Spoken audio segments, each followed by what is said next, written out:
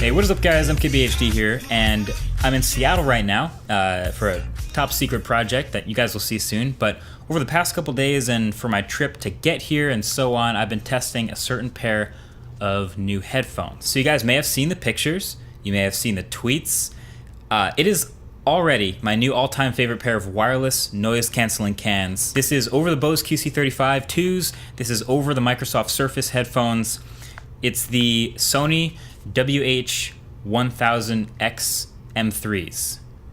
Terrible name, but these are the real deal. Honestly, there's really not all that much you have to do to really nail a pair of this category of over-ear noise-canceling headphones. So you've got to sound great, you have to have good noise cancellation, and then you just have to be somewhat comfortable and have a fairly good feature set. And as you might imagine, since I'm talking about them like this, these nail all of those. So right off the bat, with the sound, these sound excellent. They're full, rich, and clear with the sound. They have more range and more deep bass than the Bose, but without being overwhelming. And short of studio headphones, this is a great sounding, crisp, clean pair of drivers. And the noise cancellation is actually a bit better than the Bose.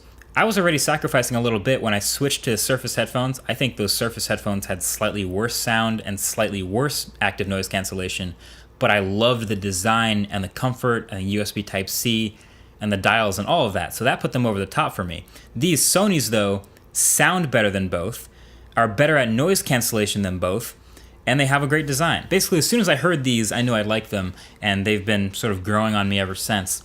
And also, I wore these for 5.5 hours straight on the flight to get here, and they only really started to get tight by the end of those 5.5 hours. So design-wise, I think these are kind of great, and that's something Bose has always been king at.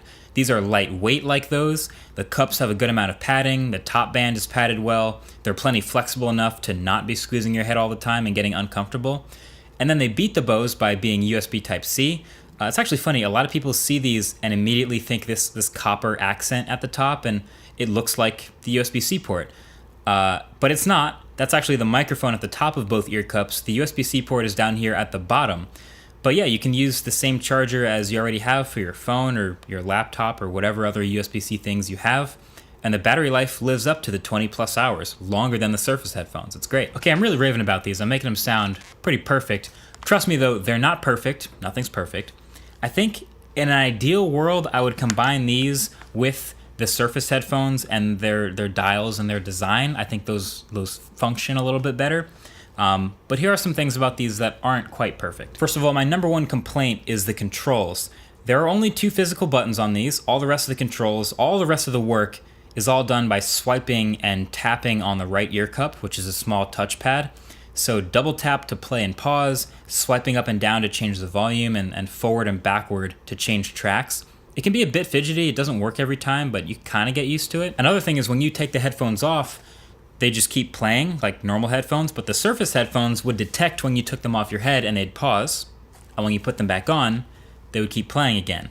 These don't, and I kind of miss that. And then the 2 buttons that are physical on these are the power button and the noise cancellation / ambient mode switch, which by default doubles as the Google Assistant button, so you can hold it to speak and talk to Google Assistant, which is cool. Without ever, taking your phone out of your pocket, you can ask Google Assistant a question out loud, and it'll answer that question. It can also read your notifications when you ask it to.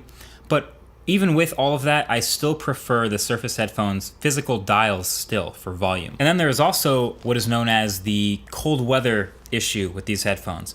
There have been a couple reports about it or articles about it, but basically, when you take these out in, freezing conditions or sub-zero weather, apparently the touchpads will start to register phantom touches. So without you ever touching them, it'll start to play and pause your music and change the volume and the tracks and randomly stop playing. That's pretty rough. Now, I have been using these outside, as low as 40 degrees Fahrenheit, so not below freezing, but I haven't had this issue yet. But with as cold as it is in some parts of the world right now, it's worth noting that these do seem to have that issue. And I don't know if it can be fixed with a software update. It may be possible, but as of right now, if there's a cold weather issue that makes these unusable in certain climates, that's kind of a bummer, so I have to let you guys know about it. Also, these headphones come with a good hard case, like most other over-ear headphones, but I find that the way they fold is really annoying. Maybe it's just that I haven't gotten used to it yet, but that's a small nitpick, honestly. The case itself is fine. And if wind or anything blows hard enough down on you from above, the mics on the top will pick that up and you'll hear it as a sort of a fuzzy static. I only noticed this because when I'm on the airplane, which is where a lot of people will listen to these, I had the vents above me and they were blowing down like directly into those microphones. So you just kind of adjust that and you're fine. Oh, and the left ear cup has an NFC logo on it. That can be used to tap to pair on the side of the headphones with an NFC enabled device. So that's pretty cool. I'm gonna start using that more often to connect or to disconnect. But these headphones only pair to one device at a time. And that might not sound like a big deal, but when you get used to headphones with multiple device connectivity and seamless switching, that is a big time convenience. With the Surface headphones or any other pair of headphones that supports multiple devices, you can be playing something like literally music from your phone on the headphones, pull out your iPad, which is already paired to the headphones, and hit play on some video or Netflix or whatever you're doing, and it'll instantly take over on the headphones, and there's seamless switching back and forth between devices without dealing with the frustration of Bluetooth. With these, you still have to deal with the pain of Bluetooth sometimes being kind of fidgety and not connecting on the first try and having to do it again, and the whole pairing process is kind of annoying. So yeah, I hope the next version of these that they make, the M4s, have that multiple device connectivity, but these don't. I wish they did. I really miss that. But other than that, I love these headphones. They're matte black, mostly all the way around, which you know I love, but you also got this little copper accent at the top with the Sony logo and the microphones, and it's also on the zipper of the hard case. So how they look is great, how they sound is great, how they feel is great. They're ideal for flying, of course, and they're also the go-to pick for just travel headphones in general. And they're just great for canceling out the noise of an office or a coffee shop, or really anywhere that noise-canceling headphones are good. So yeah, that's pretty much all there is to say about headphones. I'm just glad these ended up on my radar. So shout out to those of you who were leaving comments on the videos. Shout out to Viper for yelling at me on his live stream to go buy these. Shout out to everyone in the comment section of my last headphones video that got me to actually pick these up. And I'm glad I'm using them now. These are now permanent backpack material. So I'll drop a link below if you guys want to check these out for yourself. I'll leave a link to the other headphone video. But that's basically it. Thanks for watching. I'm gonna go back to working on that secret project now. Catch you guys in the next one.